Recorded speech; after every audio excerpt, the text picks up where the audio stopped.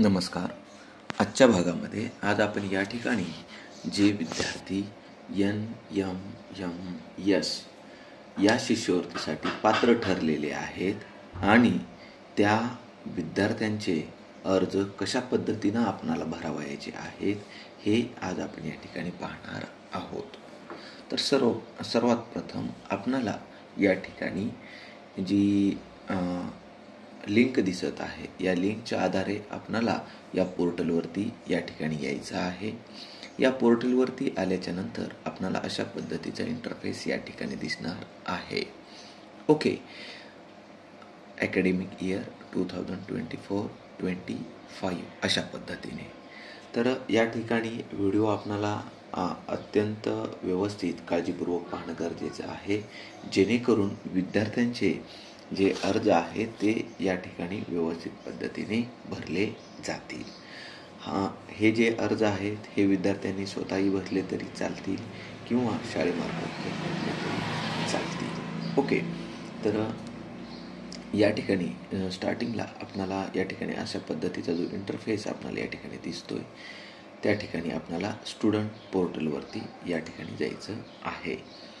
त्यानंतर स्टुडंट पोर्टलवरती गेल्याच्या नंतर आपणाला जो दिसणारा इंटरफेस आहे ओके तो अशा पद्धतीचा असेल. या ठिकाणी OTR लॉग इन असेल, अप्लाय फॉर स्कॉलरशिप असणार आहे. त्यानंतर previous year application status, track your payments, Aadhaar सेवा केंद्र जे काही आहे, आधार सीडिंग. ओके, तर आता हे आधार सीडिंगचं पण आपण या ठिकाणी नंतर पाहणार आहोत, कशा पद्धतीनं आधार सीडिंग करायचं आहे. ज्या विद्यार्थ्यांचं आधार सीडिंग नसणार आहे अशांनी आधार सीडिंग करून घेणं गरजेचं आहे. आता या ठिकाणी जर आपण पाहिलं तर अप्लाय फॉर स्कॉलरशिप यावरती क्लिक करायचं आहे. Log in with OTR ID and password to fill your fresh and renewal scholarship application form for year 2024-25 log in या बटनावरती आपण क्लिक करणार आहोत. ओके, यासाठी या स्कॉलरशिपवर अप्लाय करण्यासाठी आपणाला OTR नंबर या ठिकाणी असणं गरजेचं आहे. जर विद्यार्थ्यांनी OTR नंबर काढलेलं नसेल, फेस ऑथेंटिफिकेशन केलेलं नसेल तर त्यासंबंधीही आपण माहिती देऊया की कशा पद्धतीनं आपण आपला OTR नंबर या ठिकाणी जनरेट करायचा आहे ते. ओके, तर OTR नंबर म्हणजेच काय असणार आहे पहा, वन टाईम रजिस्ट्रेशन. म्हणजे विद्यार्थ्यांना NMMSची परीक्षा असेल किंवा अन्य कोणत्याही परीक्षेतून किंवा अन्य कोणत्याही शिष्यवृत्तीसाठी जर रजिस्ट्रेशन करायचं असेल तर त्यासाठी हा OTR नंबर असणं गरजेचं आहे. म्हणजे हे OTR नंबर हे सर्व विद्यार्थ्यांसाठीच असणार आहे. म्हणजे ज्या विद्यार्थ्यांना शिष्यवृत्तीसाठी अर्ज करायचा आहे त्यांच्यासाठी हे करणं गरजेचं असणार आहे. आता आपल्याकडे जो OTR नंबर आहे त्या OTR नंबरच्या माध्यमातून आपण या ठिकाणी कशा पद्धतीनं ॲप्लिकेशन करायचं आहे ते पाहणार आहोत. आपल्याकडे जो OTR नंबर आहे त्या OTR नंबरच्या सहाय्यानं आपणाला या ठिकाणी लॉग इन करून घ्यावायचं असणार आहे. हा जो OTR नंबर आहे हा OTR नंबर जवळपास 12 अंकी OTR नंबर असेल. ओके, पाहूया आपण किती अंकी आहे तो.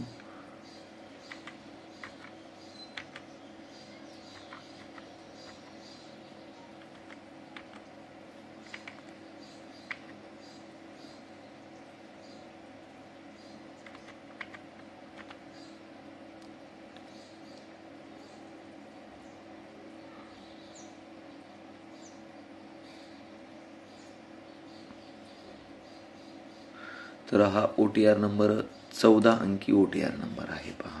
ओके, 14 अंकी OTR नंबर आहे आणि आपण ते फेस ऑथेंटिफिकेशन केल्याच्या नंतर जो आपणाला हे आलेला असेल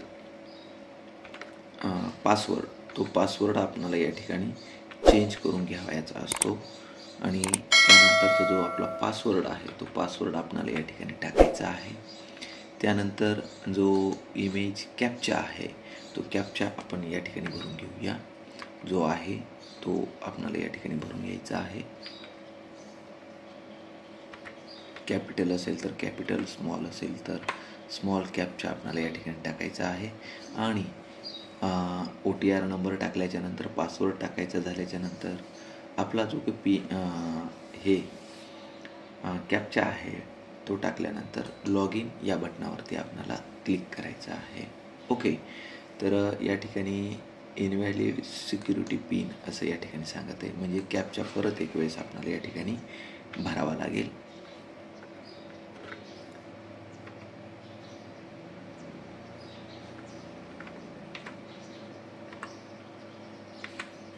परत एक वेळेस आपण या ठिकाणी कॅप्चा जो आहे तो भरलेला आहे आणि परत आता लॉग इन जे आहे ते आपलं या ठिकाणी झालेलं आहे.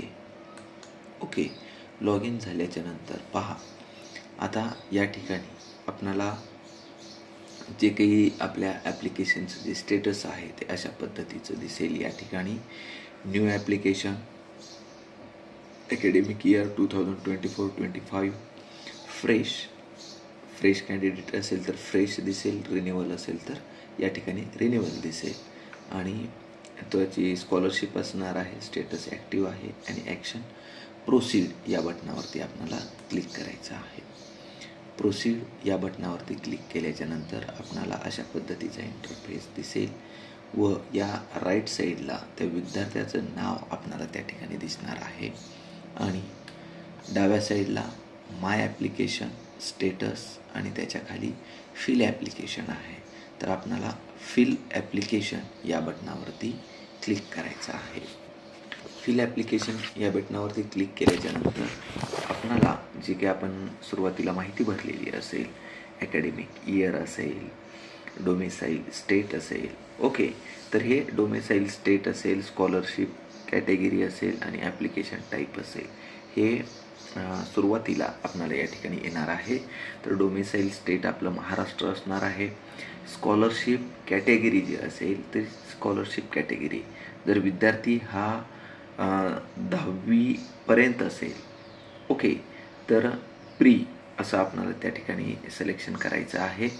आणि जर विद्यार्थी 11वी पासून पुढच्या वर्गाचा असेल तर त्या ठिकाणी पोस्ट मॅट्रिक स्कॉलरशिप हे आपल्याला त्या ठिकाणी निवडायचं आहे. आणि ॲप्लिकेशन टाईप जो आहे तो ॲप्लिकेशन टाईप स्कॉलरशिप तो निवडायचा असणार आहे. ओके, ही सर्व माहिती जनरल माहिती आहे की म्हणजे हे सर्वांसाठी हे जनरल असणार आहे. आता त्या विद्यार्थ्याची जी पर्सनल इन्फॉर्मेशन आहे ती पर्सनल इन्फॉर्मेशन आपल्याला या ठिकाणी दिसेल. त्यामध्ये विद्यार्थ्याचं नाव असेल, जेंडर असेल, डेट ऑफ बर्थ असेल, फादर नेम आणि मदर्स नेमसुद्धा असणार आहे. त्यानंतर आपणाला त्याचे आणखीन जे इन्फॉर्मेशन आहे, पर्सनल इन्फॉर्मेशन, त्यामध्ये कम्युनिटी असेल, म्हणजे कोणत्या कॅटेगरीमधून तो विद्यार्थी सिलेक्ट झालेला आहे तो आपल्याला या ठिकाणी निवडायचा आहे. त्यानंतर त्याचं रिलिजियन आपल्याला या ठिकाणी चूज करायचं आहे. या ठिकाणी जे काही रिलिजियन आहे ते आपण या ठिकाणी चूज केलेलं आहे. त्यानंतर विद्यार्थ्याचं म्हणण्यापेक्षा ॲन्युअल फॅमिली इन्कम म्हणजे कुटुंबाचं जे वार्षिक उत्पन्न आहे, जे की उत्पन्न हे तहसीलदारांचं असणं गरजेचं आहे. तर ते उत्पन्न आपल्याला या ठिकाणी टाकायचं आहे. आता डिसॅबिलिटी, ओके, म्हणजे तो विद्यार्थी अपंग आहे का, ओके, तर सदर विद्यार्थी हा अपंग आहे तर आपण या ठिकाणी यस करूया. जर नसेल तर नो या बटनावरती क्लिक करायचं आहे. त्यानंतर पॅरेंट्स प्रोफेशन जे आहे तर याच्यामध्ये आपणाला ते निवडायचं आहे की नेमकं कोणतं आहे ते, ओके. आणि जर याच्यापैकी जर विद्यार्थ्याचे पालक नसतील तर अदर्स यावरती आपल्याला क्लिक करायचं आहे. त्यानंतर मॅरिटल स्टेटसवरती अनमॅरिड असं क्लिक करायचं आहे.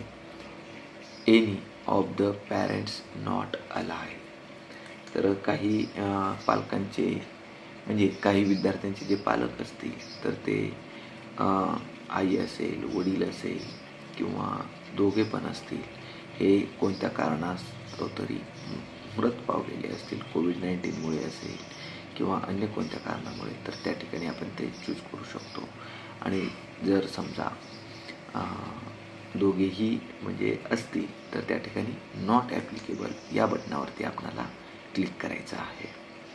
त्यानंतर परमनंट ॲड्रेस असेल तर हा जो परमनंट ॲड्रेस आहे तो परमनंट ॲड्रेस आपणाला या ठिकाणी जे आपल्याकडे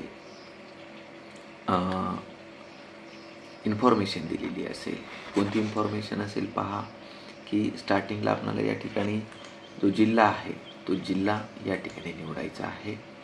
त्यानंतर जे विद्यार्थ्याचं लोकेशन आहे, ओके, हे शक्यतो जे काही परमनंट ॲड्रेस आहे हा परमनंट ॲड्रेस आपण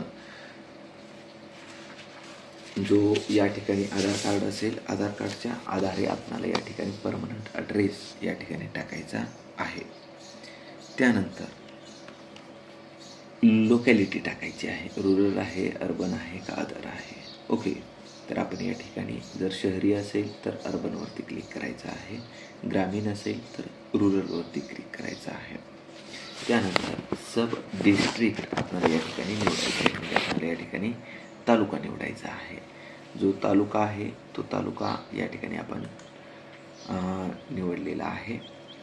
ओके, म्हणजे या डिस्ट्रिक्ट निवडल्याच्या नंतर या जिल्ह्यामध्ये जे जे तालुके आहेत ते तालुके आपल्याला या ठिकाणी दिसतील, तो तालुका निवडायचा आहे.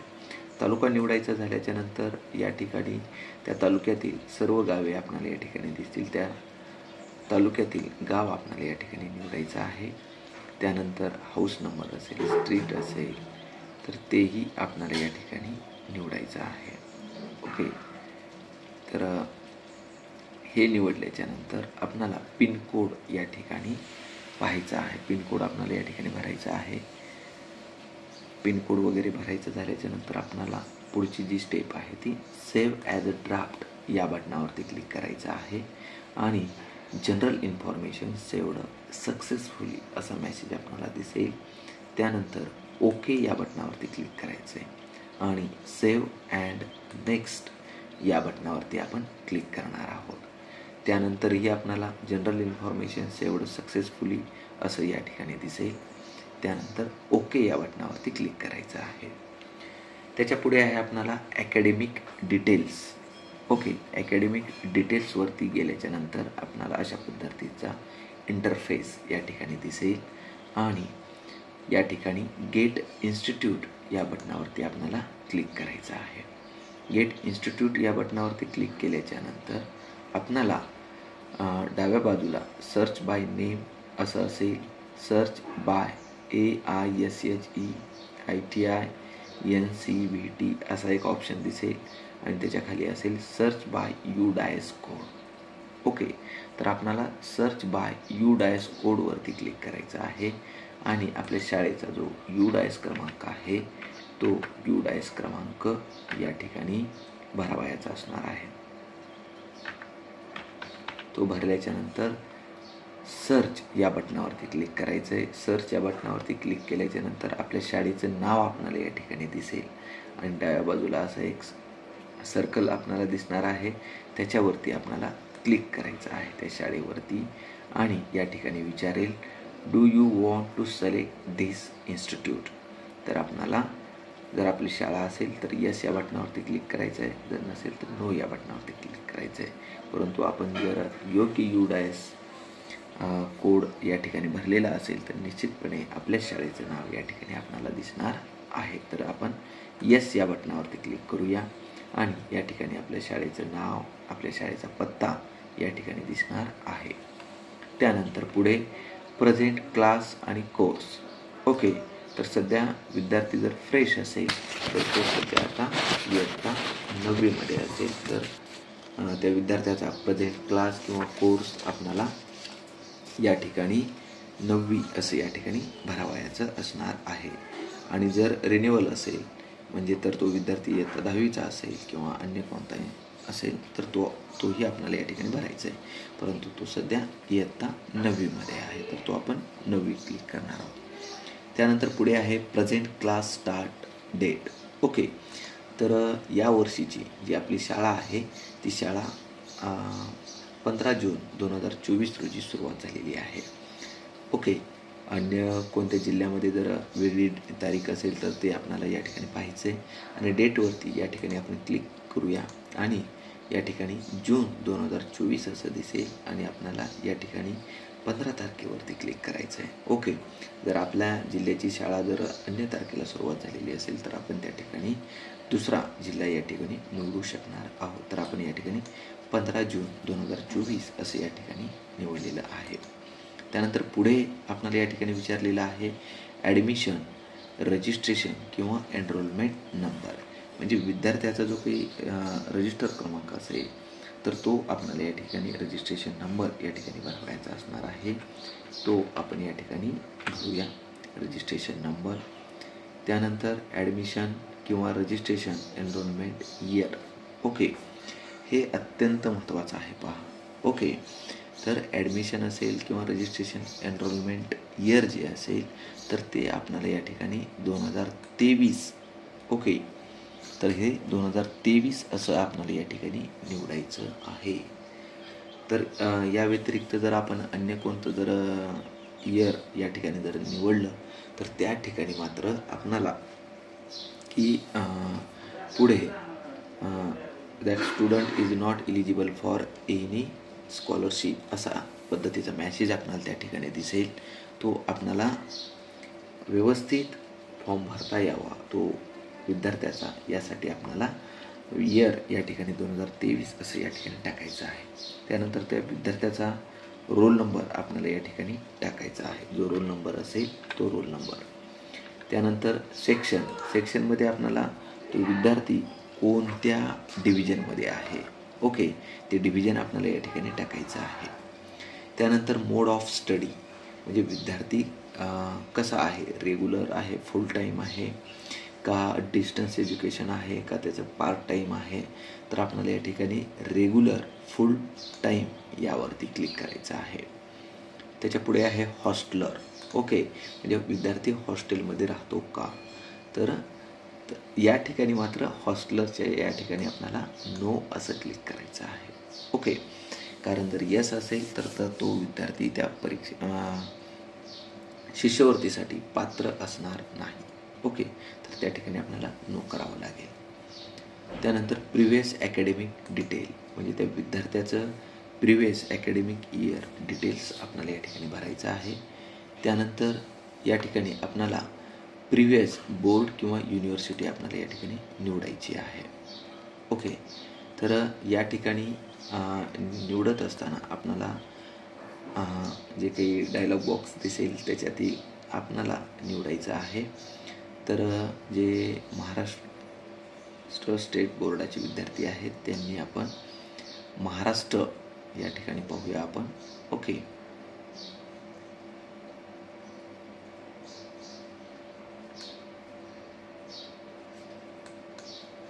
या ठिकाणी पाहत आहोत आपण. ओके,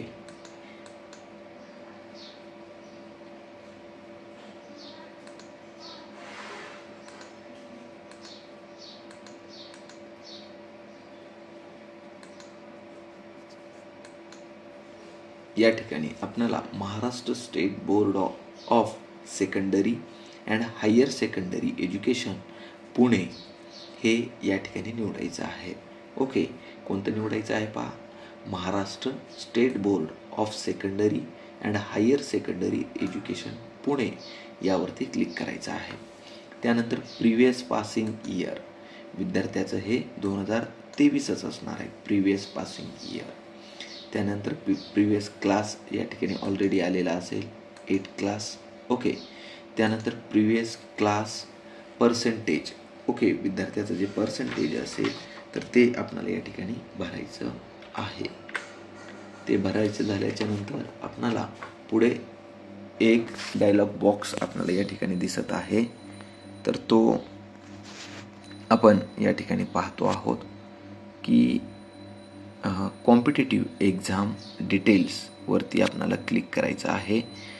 यामध्ये क्लिक केल्याच्या नंतर आपल्याला क्वालिफाईड कॉम्पिटिटिव्ह एक्झाम यावरती क्लिक करायचं आहे आणि जी आपली एक्झाम असेल तर ती एक्झाम या ठिकाणी NMMS वरती क्लिक करूया आपण. त्यानंतर एक्झाम कंडक्टेड बाय, तर ही एक्झाम कंडक्टेड बाय काय येणार आहे, आपलं कोणतं स्टेट आहे तर ते महाराष्ट्र. ओके.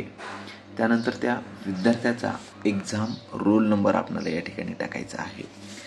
आता हा एक्झाम रोल नंबर टाकत असताना पहा, अत्यंत महत्त्वाची गोष्ट आहे की आपण तो एक्झाम रोल नंबर कशा पद्धतीनं या ठिकाणी टाकायचा आहे तो आपण या ठिकाणी टाकून घेऊया. कारण जर विद्यार्थ्याचा एक्झाम रोल नंबर जर जो आहे सुरुवातीला जर आपण पाहिलेलं असेल तर त्या एक्झाम रोल नंबरमध्ये M पासून सुरुवात होते पहा. ओके. परंतु M पासून जर आपण या ठिकाणी रोल नंबर जर टाकला तर त्या विद्यार्थ्याला आपल्याला त्या ठिकाणी जी स्कॉलरशिप आहे ती स्कॉलरशिप त्या ठिकाणी दिसत नाही. ओके. तर M व्यतिरिक्त आपल्याला तो नंबर या ठिकाणी टाकायचा आहे. M सोडून द्यायचा आहे आणि जे डिजिट्स आहेत म्हणजे जे अंक आहेत ते अंकच आपल्याला या ठिकाणी टाकायचे आहेत. तर ते काळजीपूर्वक आपल्याला टाकणं गरजेचं आहे. पहा किती अंकी हा नंबर असेल, 1 2 3 4 5 6 7 8 9 10 11 12. तर तो 12 अंकी परीक्षा क्रमांक आपल्याला या ठिकाणी टाकायचा आहे.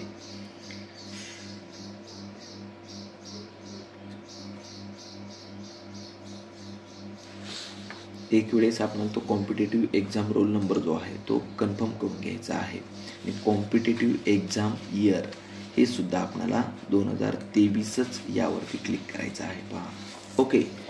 कारण या ठिकाणी जर जे आहे जर आपण चुकीची माहिती भरली तर त्या ठिकाणी आपलं जे काही प्रोसिजर आहे ते पुढे जात नाही. ओके. आणि असं मेसेज येतो की that student is not eligible for any scholarship. तर आपल्याला या ठिकाणी अशा पद्धतीची माहिती भरायची आहे.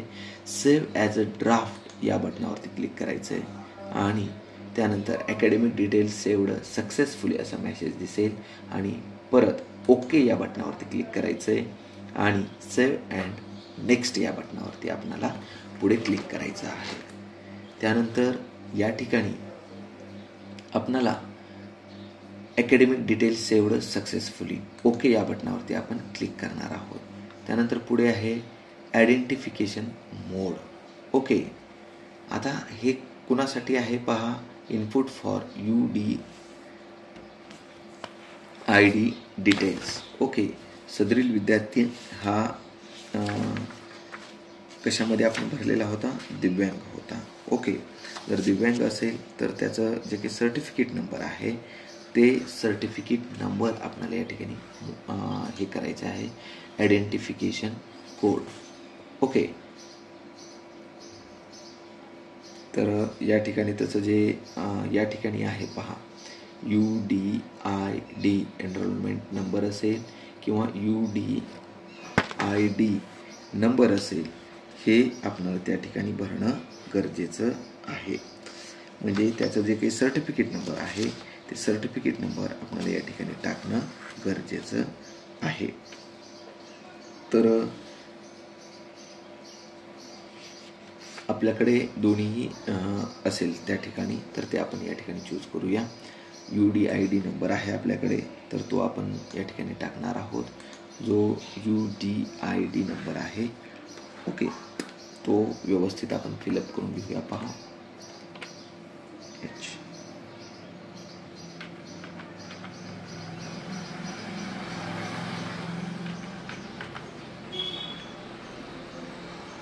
जर आपला एखादा विद्यार्थी जर डिसेबल असेल तर आपल्याला ते येणार आहे आणि जर नसेल तर त्या ठिकाणी आपल्याला अशा पद्धतीची माहिती भरण्याची आवश्यकता नाही. ओके. तर डायरेक्ट आपण पुढील याच्यावरती जाणार आहोत. ओके. तर आपला जो काही जो नंबर आहे तो नंबर आपण या ठिकाणी टाकलेला आहे. जो सर्टिफिकेट नंबर असेल तो सर्टिफिकेट नंबर आपल्याला या ठिकाणी टाकायचा आहे.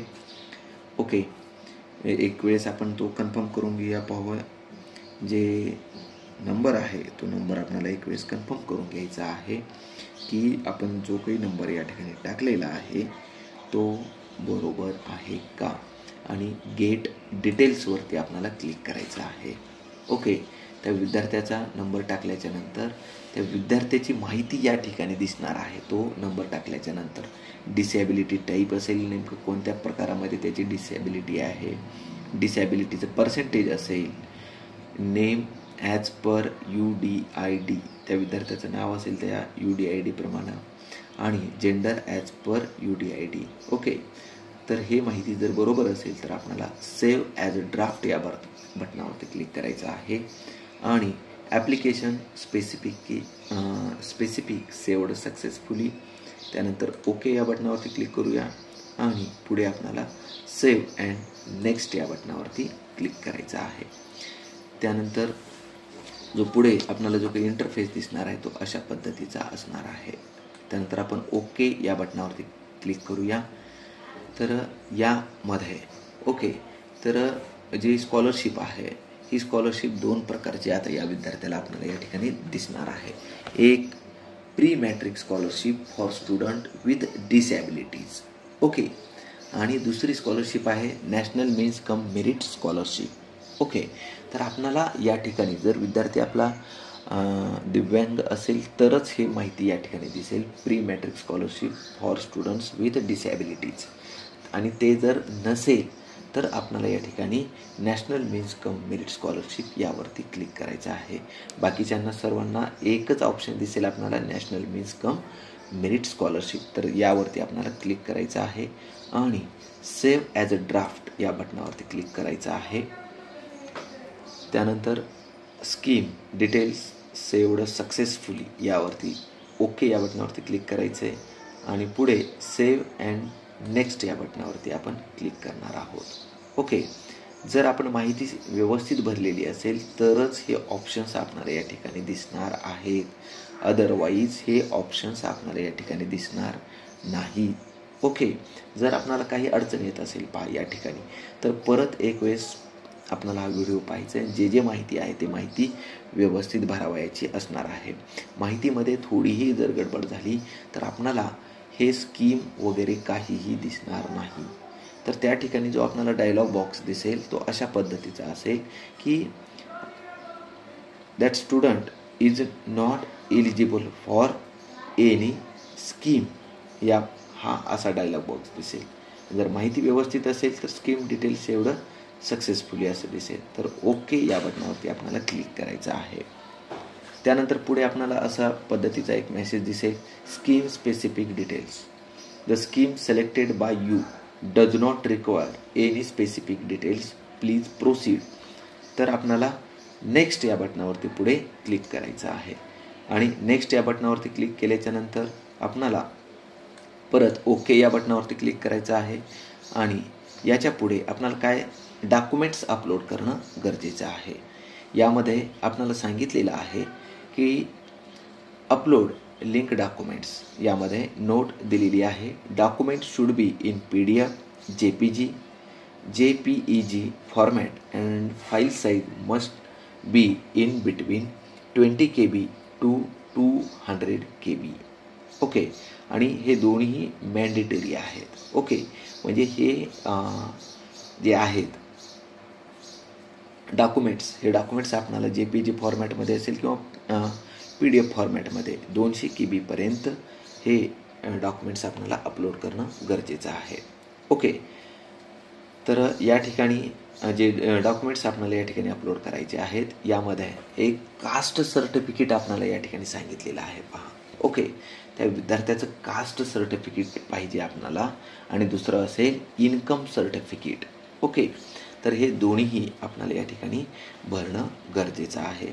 तर हे आपल्याला या ठिकाणी फाईल आपण निवडून या ठिकाणी चूज करू शकतो, आणि सेव्ह ॲज अ ड्राफ्ट यावरती क्लिक करायचं आहे, आणि हे सर्व डॉक्युमेंट्स अपलोड करायचे झाल्याच्या नंतर आपल्याला फायनल सबमिट या बटनावरती क्लिक करायचं आहे. निश्चितपणे आपणाला ही माहिती आवडलेली असणार आहे आणि NMMSचा जो काही फॉर्म आहे तो कशा पद्धतीने भरायचा आहे हे आपल्याला या ठिकाणी समजलेलं असणार आहे. ओके, तर आपल्या काही शंका असतील तर त्या शंका आपण या ठिकाणी मला कमेंटमध्ये विचारू शकता. थँक्यू. नक्कीच सदरील व्हिडिओ हा आपल्याला आवडलेला असणार आहे. व्हिडिओ आवडलेला असेल तर नक्की या व्हिडिओला लाईक करा, आपल्या मित्रांपर्यंत शेअर करा.